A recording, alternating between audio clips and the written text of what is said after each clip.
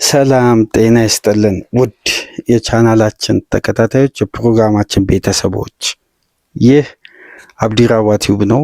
ፕሮግራማችን ላይክ በማድረግ እንድትጀምሩ፣ ላይክ ስታደርጉ የዚህን ፕሮግራም ተደራሽነት ከፍ ታደርጋላችሁ። ላይክ እያደረጋችሁ እንድታደምጡ፣ አዲስ የሆናችሁ ደግሞ ሰብስክራይብ በማድረግ ለዚህ ቻናል ቤተሰብ እንድትሆኑ፣ እንዲሁም ይህንን ፕሮግራም ከሀገር ውጭ የምታደምጡ የቻናላችን ተከታታዮች በሱፐር ስቲከር፣ ሱፐር ቻት፣ ሱፐር ታንክስ ድጋፍ እንድታደርጉ በአክብሮት እየጋበዝን በትናንትናው ዕለት ጥሪያችንን አክብሮ ወንድማችን ጥበቡ እንግዲህ በሱፐር ታንክስ ለዚህ ቻናል ድጋፍ አድርጎልናል።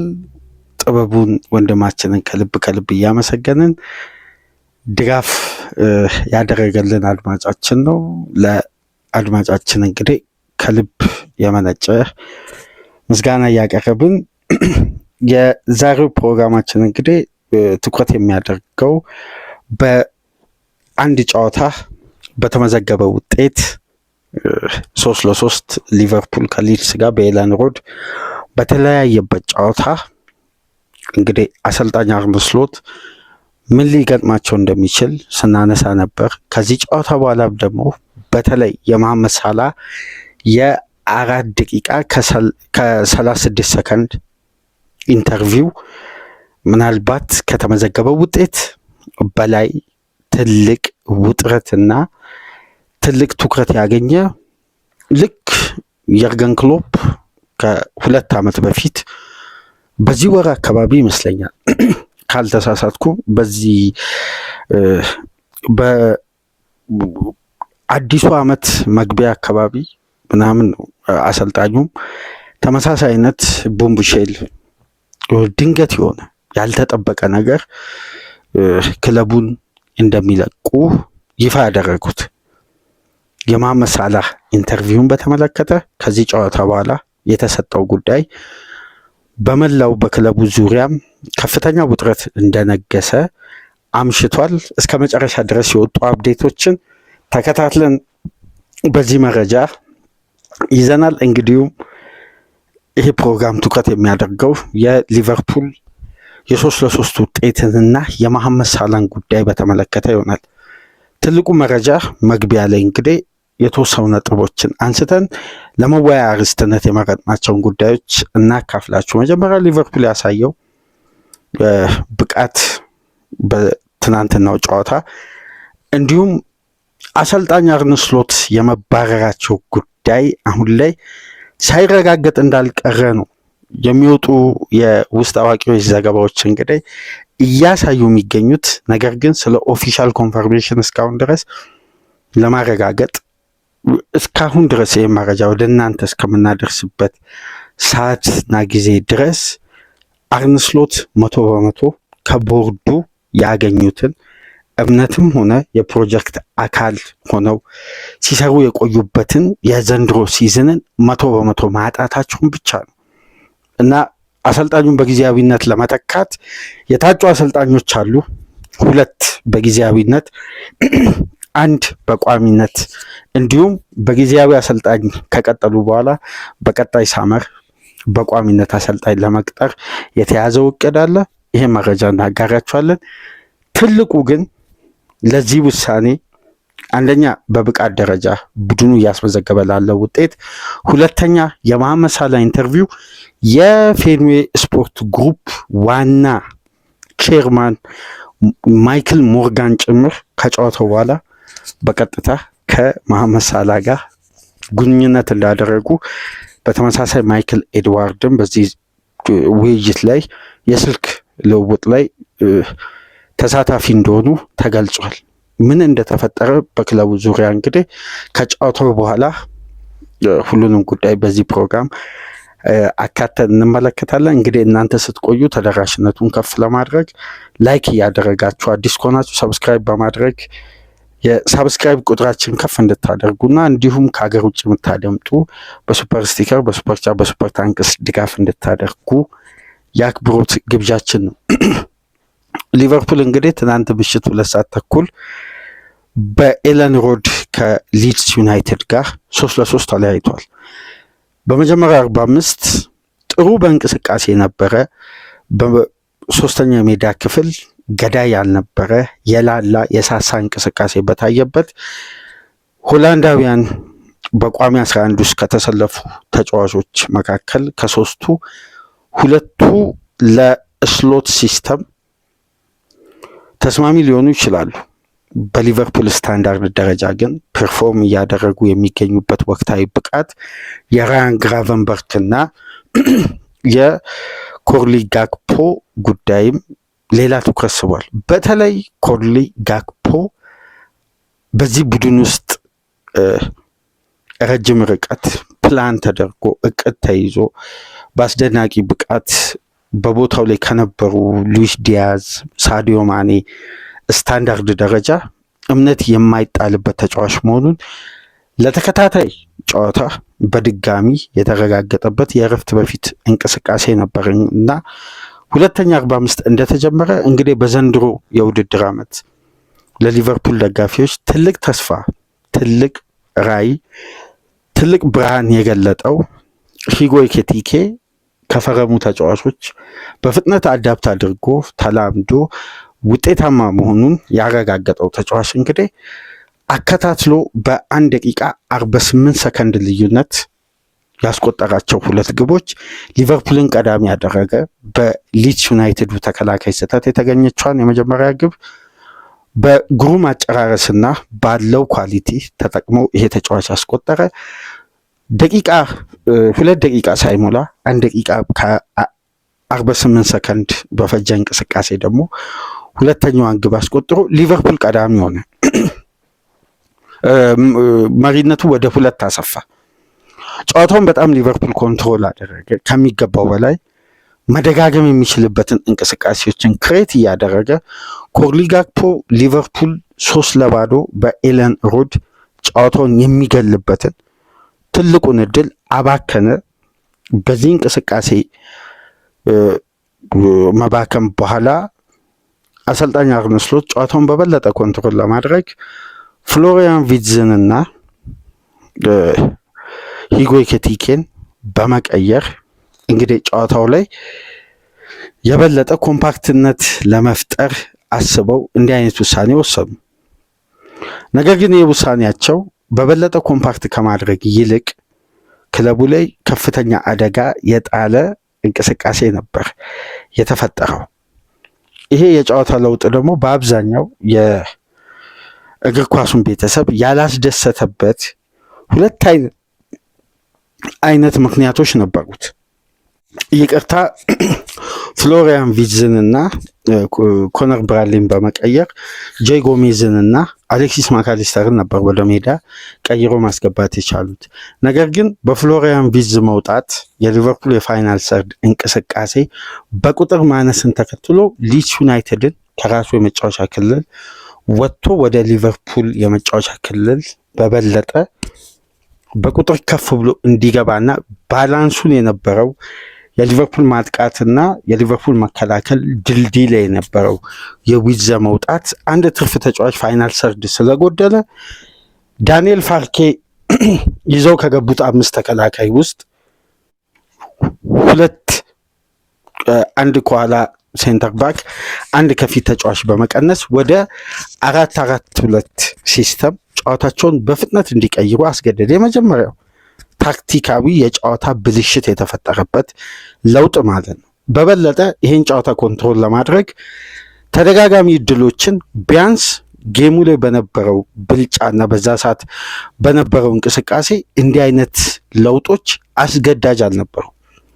ከዚህ ለውጥ በኋላ እንግዲህ በተፈጠረ የጨዋታ እንቅስቃሴ ኢብራሂም ኩናቴ በጨዋታው እንግዲህ አላስፈላጊና ካደረገው ሲለፋ ከነበረበት ተጽዕኖ ሲፈጥር ሲከላከል ከነበረበት የጨዋታ እንቅስቃሴ ፍጹም ያልተጠበቀውን ውሳኔ ፍጹም ቅጣት ምት ውስጥ ፋውል ሰርቶ ሊቨርፑል ፔናልቲ ተገኘ።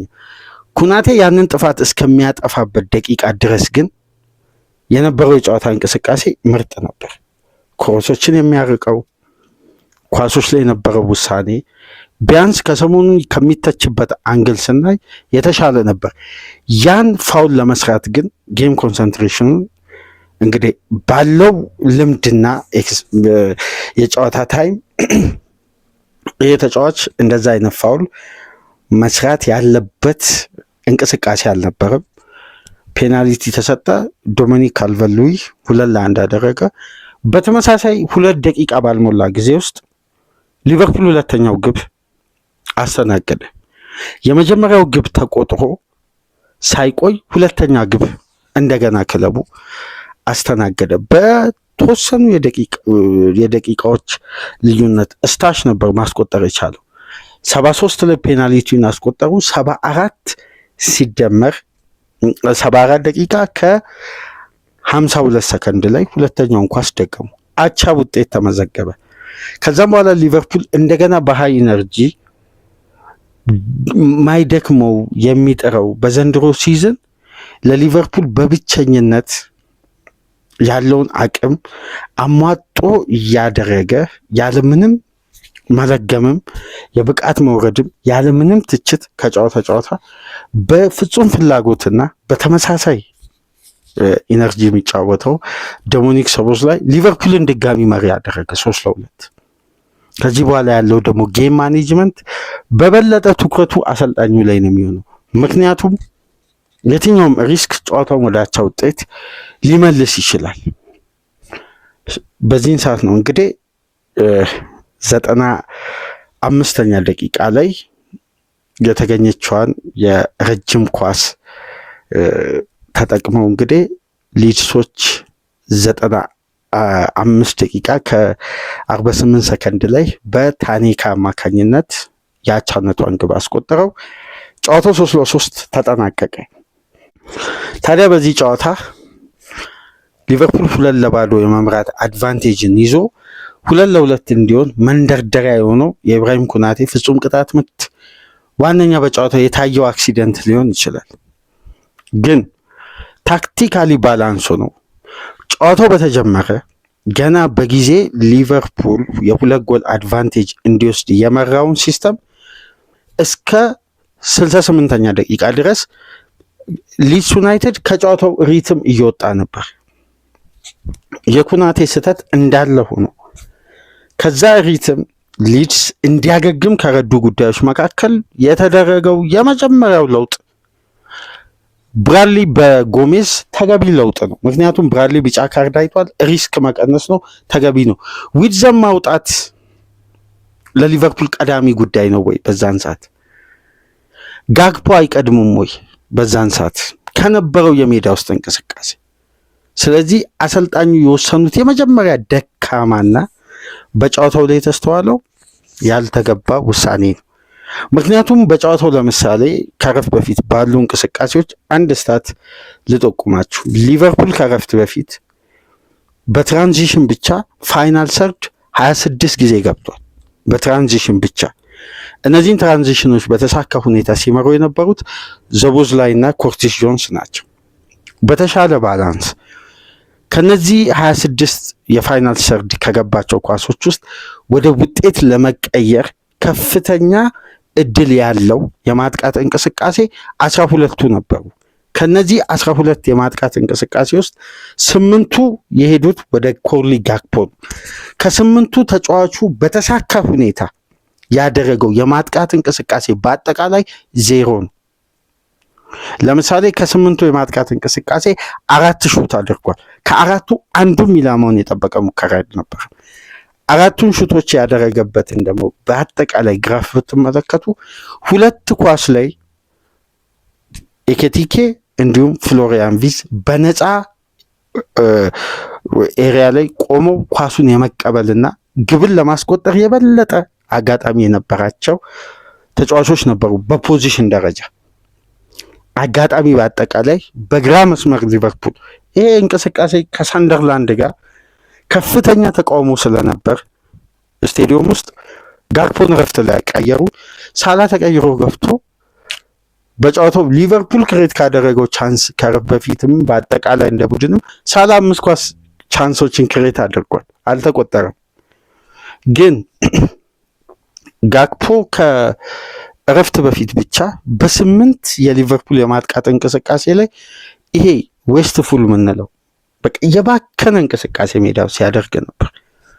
ይህን ተጫዋች ሜዳ ውስጥ አቆይተው ዊድዘን ሲቀይሩ ሁለት አይነት ባላንስ ነው ሊቨርፑል ያጣው። አንደኛ ከረፍት በፊት የነበሩ ትራንዚሽኖች በተሳካ ሁኔታ እንዳይጠናቀቁ ይሄ ሆላንዳዊ ተጫዋች ሲያባክን ቆየ የመጀመሪያውን 45። ሁለተኛ 45 ደግሞ በበለጠ ክለቡ ሻርፕ መሆን እያለበት ይሄን ትራንዚሽን ደግሞ ጠብቆ ፋይናል ሰርድ ለቡድን አጋሮቹ ኳስን ሲያደርስ የነበረውን ተጫዋች ቀየሩ። ስለዚህ ባላንሱ የተጎዳው በሁለት በኩል አባካኝ ተጫዋች ሜዳ ውስጥ እያለ የነዛን የሚያባክኑትን ኳስ ቢያንስ እያባከኑ እንኳን በጥሩ ሁኔታ ተደራሽ የሚያደርገውን ተጫዋች ቀይረው የሚያባክኑ ተጫዋቾች ሜዳ ውስጥ ቆዩ። አንደኛው ኮርሊ ጋክፖ። ሊቨርፑል ሶስተኛ ግብ 100% በተሳካ ሁኔታ የሚያስቆጥሩን ቢግ ቻንስ ነው እንግዲህ በጋክፖ አማካኝነት ያባከነው። ያ እንቅስቃሴ በድጋሚ ለሊቨርፑል ሁለተኛ አጋጣሚ አልፈጠረም 2-2 እስከሚሆኑ ድረስ። ከዛም በኋላ 83ኛ ደቂቃ ላይ ነው ይህን ተጫዋች የቀየሩት፣ ያውም 3-2 ሲያደርጉ ጨዋታው ላይ ምንም አይነት ተጽዕኖ ያልፈጠረ በሊቨርፑል ማሊያ የመጨረሻ ደካማ ተጫዋች መሆኑን ዳግም የተረጋገጠበት የሜዳ ውስጥ ቆይታ ነው ያለ። ምናልባት ሆላንዳዊ ስለሆነ ብቻ በአሰልጣኙ ደቂቃ የሚያገኝ ተጫዋች መሆኑን እንግዲህ ከዚህ በፊት በቻናላችን ከፈረመበት ጊዜ አንስቶ በኮርሊ ጋክፖ ላይ ያለውን አቋም ልክ እንደ አርነ ስሎት ሳይቀጥል አባ እንግዲህ በግልጽ እያንዳንዱ ጨዋታ ላይ ስለዚህ ተጫዋች የርገን ክሎፕም እያሉ ለሊቨርፑል የሚመጥን ተጫዋች አንድ ተጫዋች ፈርስት ተቹ የሚነጥርበት ከሆነ በፈርስት ተቹ የአንድ ተጫዋች የኳስ ቴክኒክ ይለካል። የመጀመሪያ ተች የሚነጥርበት ወይም ፈርስት ተችን ኮንትሮል ማድረግ የማይችል ተጫዋች ቴክኒካሊ በዚህ ስብስብ ውስጥ በልዩነት ከፍ ብሎ ሊታይ አይገባም የሚል አቋም ነበረው እና በጋክፖ ላይ ያለውን አስተያየት እንግዲህ በስተመጨረሻ እየተረጋገጠ የመጣበት ቴክኒካሊ ደካማ የሆነ ተጫዋች መሆኑ እና የኩናቴ ስህተት የነዚህ ኳሶች መባከን ድምር ውጤቱ እንግዲህ ሎድም ጌም ማኔጅመንት ኃላፊነቱ ያለው በአሰልጣኙ እጅ ነው።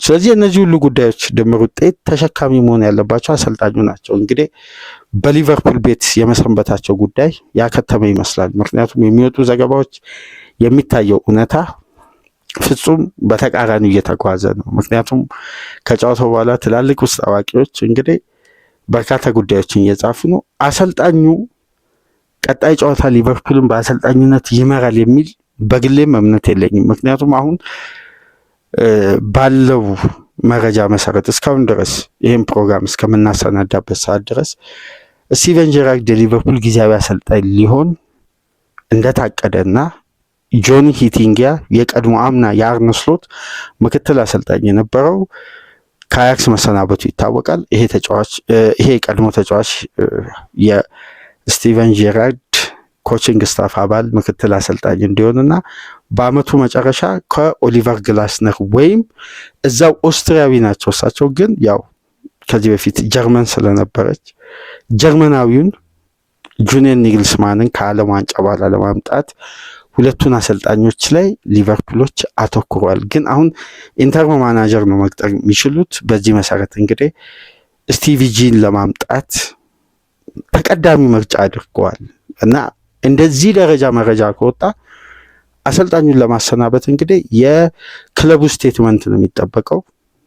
ትልቅ ውሳኔ ግን ዛሬ ካልሆነ ነገ ሰኞ መስማታችን አይቀርም። ይሄ ምንም ጥያቄ የሚቀርብበት ጉዳይ አይደለም። ምክንያቱም ከጨዋታው በኋላ አንድ ትልቅ ጉዳይ መሐመድ ሳላህ እንግዲህ አፈንድቷል።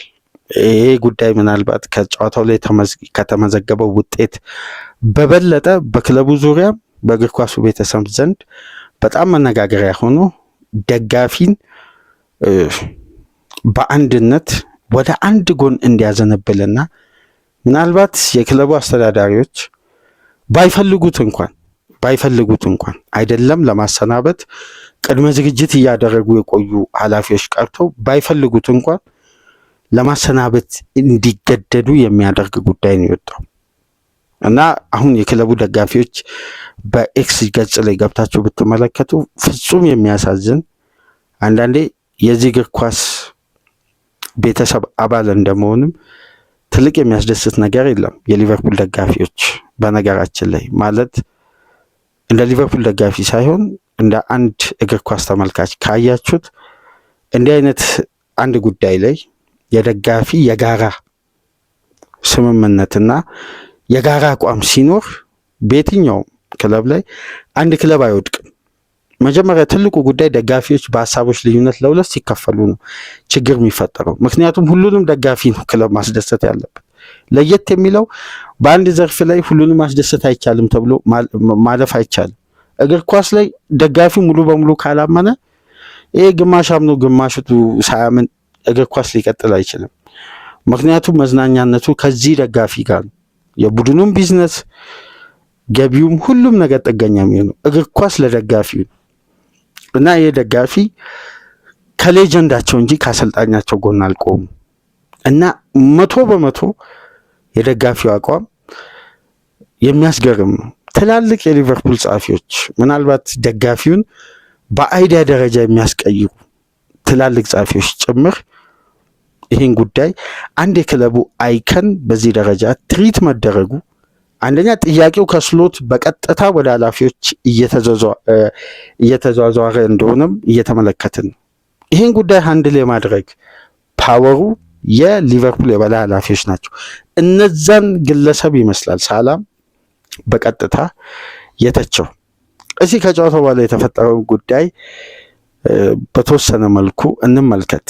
ምክንያቱም ኔዘርላንዳውያን ከዚህ በፊት ታስታውሳላችሁ በዚህ ቻናል ስሎት የሊቨርፑል አሰልጣኝ ሆነው በተሾሙበት ወቅት ከአባ ጋር ጎራ ለይተን እንግዲህ በሀሳቦች ልዩነት በጣም በሶስት ረጃጅም ፕሮግራም ተከራክረን እኔ ለብቻዬ ስሎት ለምን ለቦታው ተገቢ እንደሆኑ ሳቀርብ ነበር። እሱ ደግሞ ለብቻው ኔዘርላንዳውያን የእግር ኳስ አስተሳሰባቸው ነጥፏል፣ አብቅቷል፣ በዘመናዊ እግር ኳስ የኔዘርላንዳውያን አስተሳሰብ የትም አይደርስም፣ ፍሬ አልባ ነው በሚል አቋም ይዞ ሁለታችንም የተለያየ ፕሮግራም ለአድማጮች አቀረብን። ከዛም በጋራ ደግሞ አንድ ፕሮግራም አቀረብን። ስሎት አምና ስኬታማ ስለነበሩ የአባን ሀሳብ 100% የኛ ቻናል አድማጮች በመተቸትም ተቀባይነቱ የኔ ከፍ ብሎ አባን እንግዲህ ይቅርታ እንዲጠይቅ በርካታ ኮሜንቶች በቻናላችን ላይ ሲደርሱ ነበር። ነገር ግን 16 ወር በኋላ ጉዳዮች ሁሉ እሱ ከ16 ወር በፊት ሙሉ ፕሮግራም የሰራበት እውነታ ተፈጻሚ ሆነ። ሊቨርፑል ቤት ውስጥ የኔዘርላንዳውያን አስተሳሰብ እውነትም ፈቀቅ የሚል አስተሳሰብ አይደለም። በዘመናዊ እግር ኳስ ውስጥ እዛው ኔዘርላንድን ቫንጋል ሲለቅ ኩማንን እየመጣ ኤክስፐሪመንት እንደሚሰሩት ፈቀቅ የማይል አስተሳሰብ ይዘው ወደ ዘመናዊ እግር ኳስ እንደመጡና የነሱ አስተሳሰብ እዛው 90ዎቹ ላይ እንዳከተመ ያየንበት ሌላኛው ምስል ደግሞ ማረጋገጫ ሊቨርፑል ሆናል ከማንቸስተር ዩናይትድ በመቀጠል። ምክንያቱም አይደንቲካል ክራይስ ነው ሊቨርፑል ቤት የፈጠሩት። መሰረታዊ ክራይስ ነው ሊቨርፑል ቤት እየተናደ የሚገኘው። ይሄ የክለቡ የፋን ቤዝ ይሄ ስፕሪት የተገነባበት መንገድ እንዲሁ በቀላሉ ከመላው ዓለም የተወጣጡ ደጋፊዎች መጥተው የገነቡት ፋን ቤዝ አይደለም። በቡድኑ የከፋ ውጤት ጊዜ ከቡድኑ ጎን ቆመው ቡድኑ ያለፉትን ዓመታት ስኬታማ ሲሆን ከቡድኑ አጠገብ በተመሳሳይ መልኩ ያለ አንዳች ኮሽታ በመቆም ሁሌም ክለቡ ሲዳከምም ውጤታማ ሲሆንም በስፕሪት የመጣ አንድ አይነት አይደንቲቲ ነው። በዚህ አይደንቲቲ ውስጥ ደግሞ በበለጠ ቅመም ጨምረው የክለቡን አይደንቲቲ በከፍታ ያስቀመጡት የርገን ክሎፕ አሉ። የዚህን አሰልጣኝ ሌጋሲ ማስቀጠል ደግሞ ለሚመጣው አሰልጣኝ ትልቅ የቤት ስራ ነው። 16 ወር ሙሉ አባ አቋሙን አልቀየረም። በመላው ዓለም ያለው የሊቨርፑል ደጋፊ ግን በስሎት ላይ ያለው እምነት በቀጥታ ተቀይሮ ስሎትን የሊቨርፑል በቃ የክሎፕ ትክክለኛው ተተኪ የሚለው እምነት ተቀባይነት አገኘ። ነገር ግን እውነታ በተደራጀና በተቀናጀ ሁኔታ የሚነሱ ጥያቄዎች ሁሉ ምላሽ ተሰጥተው ተጫዋች ዓለም ላይ አሉ የተባሉ ወርልድ ክላስ ተጫዋቾች መጥተው ቡድኑ ከየትኛውም የእንግሊዝ ክለብ በአንድ ሳመር 450 ሚሊዮን ፓውንድ አውጥቶ የትኛውም ቡድን አያውቅም። ወደ ግማሽ ቢሊዮን ፓውንድ የሚጠጋ ብር አውጥተው ውጤትም አጫወትም አይደንቲቲም ምንም ነገር የሌለው ሊቨርፑል የመጨረሻ ደካማ ቡድን ያ ጥንካሬ በተቃራኒው ዛሬ ላይ መፍረክረክ መዝረክረክ ምስል አልባ ሆኖ የአንድ ነገር የጨዋታ እንቅስቃሴ አይደንቲቲ በምን ታክቲክ ሊቨርፑል ሊገለጽ እንደሚችሉላ ግራ በሚያጋባ ሁኔታ የተመሰቃቀለ የቡድን ግንባታ አደረጉ። ስለዚህ የኔዘርላንዳውያን አስተሳሰብ እውነትም አባ ከ16 ወር በፊት ያነሳው ሀሳብ ከሚገባው በላይ ገዢ እንደሆነ ያረጋገጥንበትም አመት ነው። ታዲያ በየክለቡ ካየን ለምሳሌ ኤሪክ ቴን ሃግ መጀመሪያ እንደመጡ የክለቡን አይከን ከሮናልዶ ጋር ነው እሰጥ አገባ ውስጥ የገቡት። ሮናልዶ እንዴት ነው ትሪት ያደረጉት? ይሄን የመሰለ የዓለማችን ምርጡ ተጫዋቾች ዘንድ አንዱ የሆኑ ይሄን የመሰለ ታላቅ ተጫዋች ትሪት ያደረጉበት ከዛም በኋላ ሰለባ ያደረጉት ጄደን ሳንቾን ተመልከቱ። ሮናልዶ ኩመን በባርሳ ሊዮኔል ሜሲን አስታውሱ። እንዴት ነው ያኔ ሜሲና ሮናልዶን እኮ ያላከበሩ ብቸኛ የእግር ኳስ ቤተሰቦች ቢኖሩ የእግር ኳስ አካል ቢኖሩ እኮ ኔዘርላንዳውያን ናቸው። ከተጫዋቾች ማኔጅመንት ይልቅ የራስን ሌጋሲ መገንባት የሚያተኩሩ ደካማ የአሰልጣኝነት አስተዳደር ያላቸው ማኔጅመንት ያላቸው የወረደ የዘመናዊ እግር ኳስ የታክቲክ መንገድ የሚከተሉ መሆናቸውን አንደኛ በሮናልዶና ሜሲ ላይ ኩመንና ቴን ሃግ ያሳዩት ነገር ከበቂ በላይ። ከዛም በኋላ ከተመለከታችሁ ሉዊ ቫንጋል አንጋል ዲማሪያን አርጀንቲናዊ ተጫዋች ቫንጋል ራሳቸው በባርሳ ሁዋን ሪኬልሜን ያን የመሰለ ቴክኒሽያን ተጫዋች ምናልባት ድጋሚ ምስሉን ይሄን ተጫዋች ለማታውቁ በርካታ የእግር ኳስ ቤተሰብ ታውቁታላችሁ። ወጣት አዳዲስ የእግር ኳስ ቤተሰቦች ሪኬልሜን የማታውቁ ቪዲዮን ተመልከቱ። እንደዛ አይነት ቴክኒሻል ተጫዋች በዚህ ዘመን በእግር ኳስ አለ ወይ ነው የሚያስብለው። ይሄን ተጫዋች ወደ ክንፍ እያወጡት እንዴት ነበር ሉዊ ቫንጋል ባርሳ ቤት ሲያሰቃይ። በነገራችን ላይ ሊዮኔል ሜሲ 2022 ዓለም ዋንጫ ሆላንድ ብሔራዊ ቡድን ላይ ያስቆጠሩ እኮ ጆሮቹን ይዞ ሴሌብሬት ያደረገው የሁዋን ሪኬልሜ ሴሌብሬሽን ነውና ሉዊ ቫንጋል ፊት ሄዶ እኮ ሴሌብሬት ያደረገው ለሪኬልሜ መልስ ነው። ለቫንጋል በሪኬልሜ ቦታው ነው የሀገሩ ልጅ እንዴት ትሪት እንዳደረጉ። ሌሎችንም አንሰጥ። ሮናልዶ ኩመን እንዴት ነበር ዮዋኪምን ያ የፔዳላዳው የሚያስቀና ተጫዋች ሪያል ቤቲስ ሌጀንድ የሆነውን ተጫዋች በቫሌንሺያ እንደውም እኮ ዮዋኪም ክለቡን ከለቀቀ በኋላ ኩመን ምን ስለ ኳስ ምን ያውቃል እሱ ወይኑን ይጠጣ እንጂ ቁጭ ብሎ ነው በቀጥታ የተቸው። እና ሆላንዳውያን የክለብን አይከን በማሸማቀቅ የራሳቸውን ምስል መገንባት ይፈልጋሉ። ይሄን ደግሞ አርነ ስሎት እንግዲህ ከዛው አካባቢ ስለመጡ ይሄን ጉዳይ እየደገሙት ነው። አንፊልድ ላይ በመሐመድ ሳላ ዙሪያ ሳላ ትልቁ መረጃ ነው እንግዲህ ከጨዋታው በኋላ ያፈነዳው። ተጫዋቹ ለሶስተኛ ጊዜ በክለቡ ቤንች ተደረገ በሊሱ ጨዋታ። አንድ ጉዳይ ከጨዋታ በፊት የነበረውን ድህረ ጨዋታ ግምገማ የአሌክሳንደር ኢሳቅ ፎቶ ያለበትን ማሲቭ ሄዴክ የሚለውን ፕሮግራም ለ38 ደቂቃ ወደ እናንተ ያደረስነውን ፕሮግራም አድማጮች ከቻላችሁ መልሳችሁ አድምጡት። ቀደም ብለን ከጨዋታው በፊት ያነሳናቸው ነጥቦች በአጠቃላይ ከጨዋታው በኋላ ነው ይፋ የወጡት። አንደኛው ጉዳይ የሊቨርፑል ችግር ወቅታዊ ብቃት፣ ውጤት ማሽቆልቆል፣ አይደንቲቲ ማጣት መሐመድ ሳላ ተደርጎ ሲተነተን ቆይቷል። ይሄ ከእውነት የራቀ ተገቢ ያልሆነ የአሰልጣኙን ድክመት ለመሸፋፈን የሚደረግ ጥረት ነው ስላችሁ ነበር። ከጨዋታው በኋላ ሳላ የተናገረው ይህንን ነው። ለምሳሌ አንደኛ የክለቡን ድክመት ሸፋፍኖ በግለሰቦች ድክመት ላይ የሚተነትነው ለክለቡ ከመሐመድ ሳላ የመሐመድ ሳላህን ሩብ ያክል 2-3 ደረጃ የማይደርስ ለክለቡ ከጨዋታ ቁጥር በላይ ትልቅ ታሪክና ትልቅ ድል ከኢስታንቡሉ ድል ውጪ አንድም ጉዳይ መስራት ያልቻለ በጨዋታ ቁጥር የክለቡ ሌጀንድ ይባላል እንጂ ደካማ የነበረ በሜዳ ውስጥ እንቅስቃሴ ጂሚ ካራገር ነው። ከጨዋታው በኋላ እየመጣ ሳላ ከማኖፍ ዘማቹ እና የኮንትራቱ ጉዳይ ምናምን እያለ ሚተቸው። ከዛን ያን ኢንተርቪው ይሄ ሆላንዳዊ አሰልጣኝ ይሰማል። ከኢንተርቪው በኋላ ደግሞ በሊቨርፑል ምርጥ 11 ላይ መሐመድ ሳላህን ቤንች ያደርጋል። አንድ ጨዋታ ሳላህን ቤንች አድርጎ 3 ነጥብ አሳካ። ሰንደርላንድ ፍጹም ዶሚኔት አደረገ። ሊድስ ካምባክ አድርጎ 3 ጊዜ ጨዋታን ባቻ ውጤት አጠናቀቀ። 2 ተከታታይ ጨዋታ ማሸነፍ የሚችሉትን ሰርቫይቭ ሊቨርፑል ማድረግ የሚችልበትን ጨዋታ በእኚህ ደካማ አሰልጣኝ ምክንያት በዛ ደካማ ተንታኝ ምክንያት ሊቨርፑል ዋጋ ከፈለ። በነገራችን ላይ የካራገር ሀሳብ በተለያዩ ጉዳዮች ተቀባይነት ሊኖረው ይችላል፣ ተቀባይም ሊሆን ይችላል። ጥሩ ሀሳብም ያነሳል።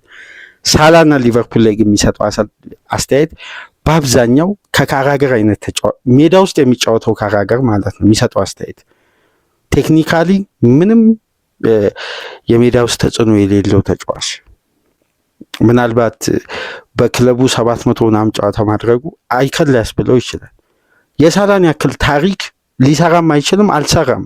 በሳላ ደረጃ ሳላን እሱ አውጥቶ የሚተችበትና የሚያሰጣበት መንገድ አምና ታስታውሳላችሁ። ሊቨርፑልና ኒውካስል 3-3 ሴንት ጄምስ ፓርክ ላይ ሲወጡ ጊቭ ሂም ዋት ሂ ዋንት እያለ ከጨዋታው በኋላ ሲተነትን ዛሬ ተቀይሮ እኮ መሐመድ ሳላህን ኮንትራቱን እስከሚያገኝ ነው ተጫዋቹ ማኑፍ ዘማች እየሆነ የነበረው ብሎ የተቸ ደካማ ጋዜጠኛ ነው። ሳላህ ይህን ጉዳይ ነው ከጨዋታ በኋላ በግልጽ የተናገረው። ከሳላህ ከመጀመሪያ አስተያየቱ እንነሳ። ምክንያቱም በእግር ኳስ ውስጥ በርካታ ደናቁርቶች የሚሰጡትን አስተያየት አብዛኛው የክለብ አሰልጣኞች በተገቢው ምስል እየተረዱት በሚወስኑት ውሳኔ ክለብ ነው እየወደቀ የሚገኘው። ስለዚህ ሊቨርፑልን በማይመጥን አሰልጣኝ ሊቨርፑል እየሰለጠነ መሆኑን አንደኛ ማሳያ ካራገር ታስታውሳላችሁ። በደርቢው ጨዋታ የቀድሞ አማካይ 3ቱ ናቸው መጫወት ያለባቸው ዊዘ ሊቨርፑልን ባላንስ የሚያናጋ ነው አለ። ታስታውሳላችሁ በደንብ ከኢንተርናሽናል ብሬክ መልስ አሰልጣኙ በቀጥታ ሄዶ ዊዘን ቤንች አደረገ። ከዛም በኋላ ቀጥሎ ትኩረት የነበረው የአሰልጣኙ ኢሳክ ስለማይሮጥ ነው አለ ካራገር። አሰልጣኙ ኢሳክን ቤንች አደረጉ። ከዛም በኋላ ሳላኑ የሊቨርፑልን ባላንስ የሚያናጋው የሚል ትንተና ሳላን ቤንች አደረጉ። ስለዚህ ይሄ አሰልጣኝ በራሱ አይደንቲቲ አይደለም እየተጓዘ የሚገኘው። የካራገርን ትንተና ማንዴይ ናይት ፉትቦል እና ፍራይዴይ ናይት ፉትቦል እየጠበቀ እያዳመጠ በምርጥ 11 ላይ ውሳኔ ይወስናል። ስለዚህ ሊቨርፑል በራሱ ምስል እየተገነባ አይደለም ማለት ነው። አርቲፊሻል ድሎች ነበር ሲመዘገቡ የነበሩት። ምክንያቱም ሚዲያ ሰምቶ በታክቲክ ላይ ቀጥተኛ ውሳኔ የሚወስን ደካማ አሰልጣኝ ስለሆነ አሁን እንግዲህ የኢንተሩን ጨዋታ ታች ላይ እንደማይኖር በጣም የሚወጡ መረጃዎች እያሳዩ ነው። ከዛ በመቀጠል እንግዲህ ሳላህ ከጨዋታው በኋላ ከባዱ መግለጫ ነው የሰጠው። በሊቨርፑል ቤት ከአሰልጣኙ ጋር ጥሩ ሪሌሽን ነበረን። አሁን ግን እኔ በማላውቀው ምክንያት ይሄ ሪሌሽን ማለት ይሄ ግንኙነታችን 100% ተቋርጧል አለ። ከዛም በኋላ እንግዲህ ቡድኔ እኔን ከባሱ ስር ጥሎኛል አለ። ያ ማለት እንግዲህ ተጫዋቾች ባስን የሚገልጹት አንድ ባስ በውስጡ ተሳፋሪዎችን ይዛል። አንድ ዓላማ አለው። ያ ባስ የሚጓዝበት ርቀት አለው። እስከዛ ርቀት ድረስ ሲሄድ በዛ ባስ ውስጥ ያሉ ሰዎች የሚከፍሉ ክፍያ አለ። የዛ ባስ ደግሞ ትልቁ ዓላማ እዛ ጋር መድረስ። ስለዚህ በባስ ውስጥ ከሚጓዙ ተጫዋቾች ውስጥ አንዱ መሐመድ ሳላህ ነው። ይሄ ተጫዋች አምና ኮንትራት እንዲያገኝ ስንቱ የሊቨርፑል ደጋፊ ነበር። ሳላህን ማን ይተካዋል የሚለው ጉዳይ ሲያሳስበው የነበረው። ዛሬ የክለቡ ችግር መሐመድ ሳላህ ግን አለመሆኑ እነዚህ ሁለት ጨዋታዎች ላይ አለመሰለፉ በጎ ጉዳይ ነው። ለምን አሰልጣኙ ሳላን አስቀምጬ ነው ውጤት ያገኙት የሚል ምስል ሊገነቡ ነበር። ይሄ 100% ነው የተሻረው። ክለቤ እኔን ጥሎኛል፣ ከባሱ አውጥቶኛል ነው የሳላ አገላለጽ። ማለት የክለቡ እቅድ አካል አይደለውም ነው። አንድ ሰው በክለቡ ውስጥ እኔን አይፈልገኝም ማለት በግልጽ ማን እንደሆነ አልገለጸም። ሊቨርፑል እኔን ትሪት ያደረገበት መንገድ እኔ ለክለቡ ካበረከትኩት ነገር አንጻር በጣም ዝቅተኛ ነው። እኔ ሊቨርፑል በትክክል አልያዘኝም ማለት 100% የሚያስማማ ነው። ምክንያቱም ከ5 ወር በፊት ይሄ ቡድን ሻምፒዮን ሲሆን የክለቡን 54 ግቦች ላይ ቀጥተኛ ተሳትፎ አድርጎ የሊቨርፑል 52% ግብ የተቆጠረው ግብ እንዲቆጠር መነሻ የነበረው ግብፃዊ ተጫዋች ነው። በየትኛውም መመዘኛ የግል ጥላቻችሁን ተውት። እዚህ ጋር በሊቨርፑል ቤት የማይተካ ተጫዋች ቢኖር መሐመድ ሳላ ነው። ምክንያቱም ለ9 ዓመት የኮንሲስተንሲ ምስል ነው። በሊቨርፑል ቤት አይደለም የፕሪሚየር ሊጉ ሌጀንድ መሆኑ ይታወቃል። ምንም የማይነሳበት ጥያቄ ነው። ምክንያቱም 3 ዓመት የፕሪሚየር ሊግ ፕሌየር ኦፍ ዘ ይር የሆነ ተጫዋች የለም በፕሪሚየር ሊጉ ታሪክ። እንዴ ሳላ እኮ የተጫወተው 9 ዓመት ነው ሊቨርፑል ቤት። የምን ጊዜም እኮ የፕሪሚየር ሊጉ 3ኛ ግብ አስቆጣሪ ነው የሆነው የሊቨርፑልም ጭምር። እንደዚህ አይነት ተጫዋች ትሪት መደረግ ያለበት መንገድ ለ3 ተከታታይ ጨዋታ አይደለም። አርነ ስሎት እኚህ ከ1 ዓመት በላይ ያልቆዩ በክሎፕ አይደንቲቲ ውስጥ ስኬታማ የሆኑ አሰልጣኝ ቀርተው ይሄን ቡድን ባሸበረቀ ሁኔታ ይሄን አይደንቲቲ ሊቨርፑልን ወደ ከፍታ ያመጡት አሰልጣኝ 3 ተከታታይ ጨዋታ በደካማው ሊቨርፑል ውስጥ በሚቸገረው ሊቨርፑል ውስጥ እንኳን ሳላም ቤንች አላደረጉም። እንደ ሊቨርፑል ችግር መሐመድ ሳላ ለመሆኑን በእያንዳንዱ ፕሮግራም እናነሳለን። ሳላ የሊቨርፑል ችግር አይደለም፣ የአሰልጣኙ የታክቲክ ብልሃት ድክመት እንደሆነ፣ ይሄ ቅኝት ረጅም ርቀት እንደማያስኬድ አይደለም እዛ ያሉትንም እዚህ ያለነው እኛንም ጭምር የሸወደ የቡድን ግንባታ ነው በአሰልጣኙ በኩል። እንግዲህ ሊቨርፑል ሳይረፍድ እነዛ አስተዳዳሪዎች የመወሰን ትልቅ እድል ተፈጥሯል። ካልወሰኑ ከስሎት በፊት በክለቡ ትልቅ ፕሮጀክት የነደፉ ትልቅ የፕሮጀክቱ መሪ የሆኑ ባለሙያዎች ጭምር ለነሱም ስራ አደጋ ነው። ምክንያቱም የመጨረሻ መረጃ ይህን ፕሮግራም ሳዘጋጅ የተመለከትኩት የኤፍኤስጂ የሳላን ጉዳይ ኤፍኤስጂ ፌኖ ስፖርት ግሩፕ የሊቨርፑል ባለቤቶች ጉዳዩን ሃንድል ለማድረግ ስራ መጀመራቸው ነው። ሳላ ጎን ለጎን ካነሳቸው ሀሳቦች ውስጥ ከተናገረው ጉዳይ ውስጥ በጣም የሚያስገርመው ቀጣይ ሳምንት ከብራይተን ጋር ልሰለፍ አልሰለፍ የማውቀው ነገር የለም። ነገር ግን ለአባትና ለእናቴ ነግሬያቸዋለሁ፣ ቤተሰቦቼንም ጥሪ አድርጌያለሁ። በብራይተን የሚደረገው ጨዋታ ከአፍሪካ ዋንጫ በፊት የመጨረሻ ስንብቴ ነው አለ። ክለቡን ለቃለው አይደለም፣ ከአፍሪካ ዋንጫ በፊት የመጨረሻ ጨዋታዊ ስለሆነ ቤተሰቦቼ እንዲገኙ ጋብዣቸዋለሁ።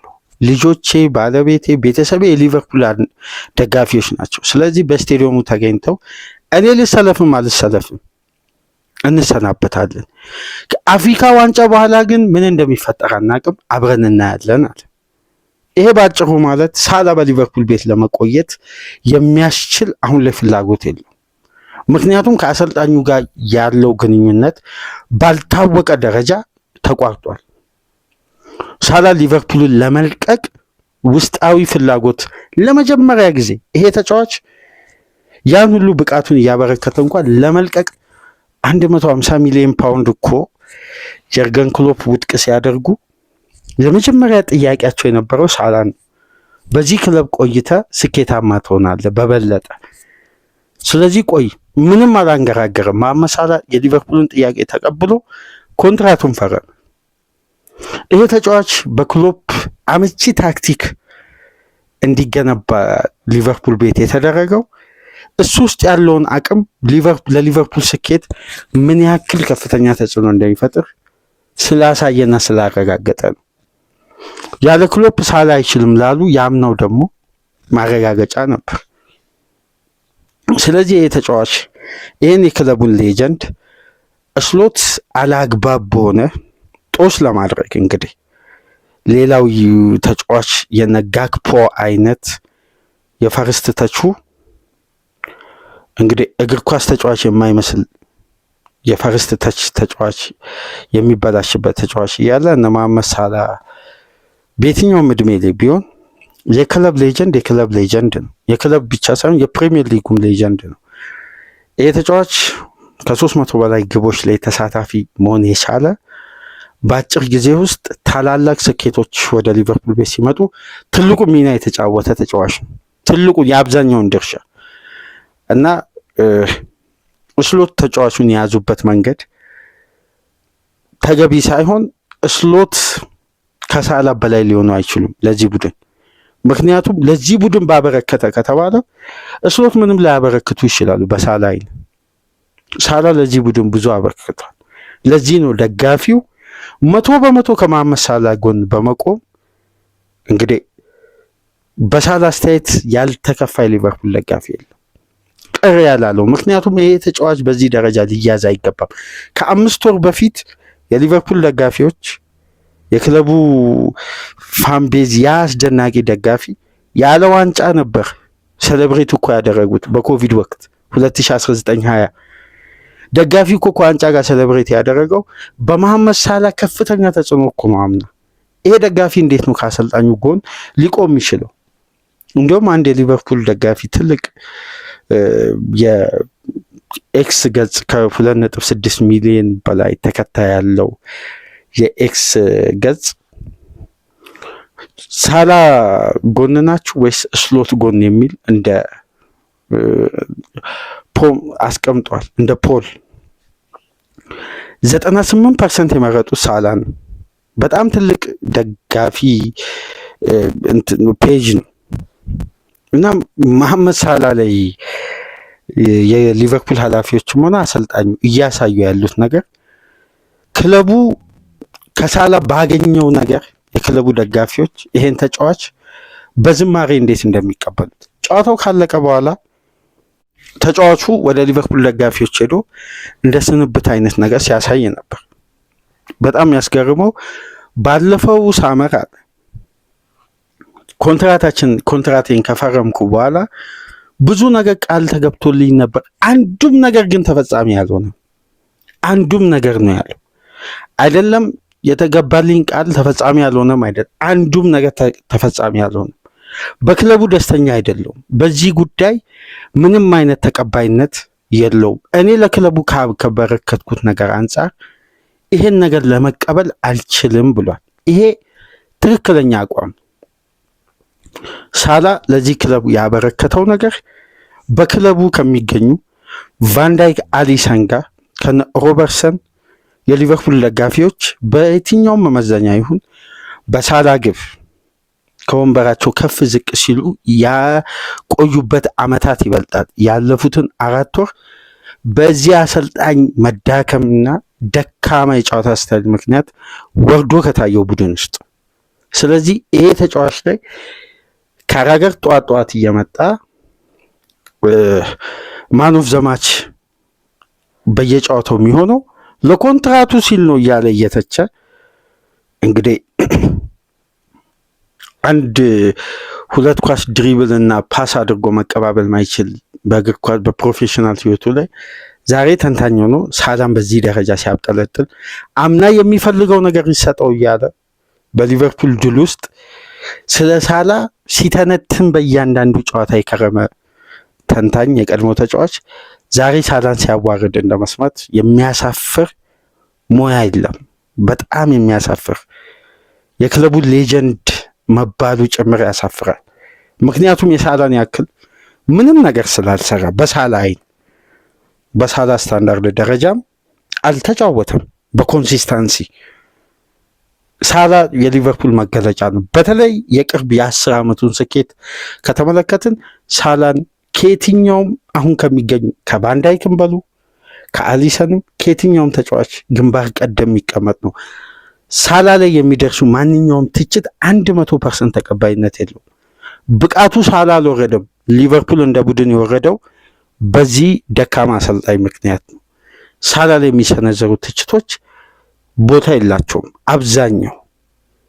ይህንን በእውነታ በኤቪደንስ ነገም በተሻለ በሌላ መረጃ ይዘንላችሁ ልንመጣ እንችላለን። በመጨረሻም ግን በአርነ ስሎት ቆይታ ዙሪያ ይህን ፕሮግራም እያሰናዳው የመጨረሻ የወጣው መረጃ እንግዲህ በቀጣይ 24 ሰዓት ክለቡ የሚያወጣው ስቴትመንት ይኖራል።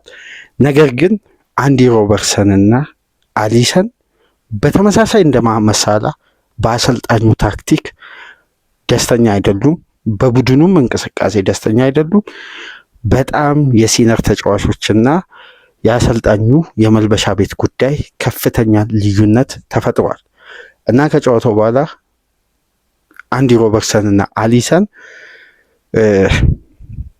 ከአሰልጣኙ ጋር ወደ 5-4 ደቂቃ የተወሰነ ክርክር ነበር፣ የቃላት ማመላለስ እና ሁለቱ ተጫዋቾች ሳላን ጨምሮ በጣም በክለቡ ወቅታዊ ብቃትም እንቅስቃሴም ደስተኛ አይደሉም።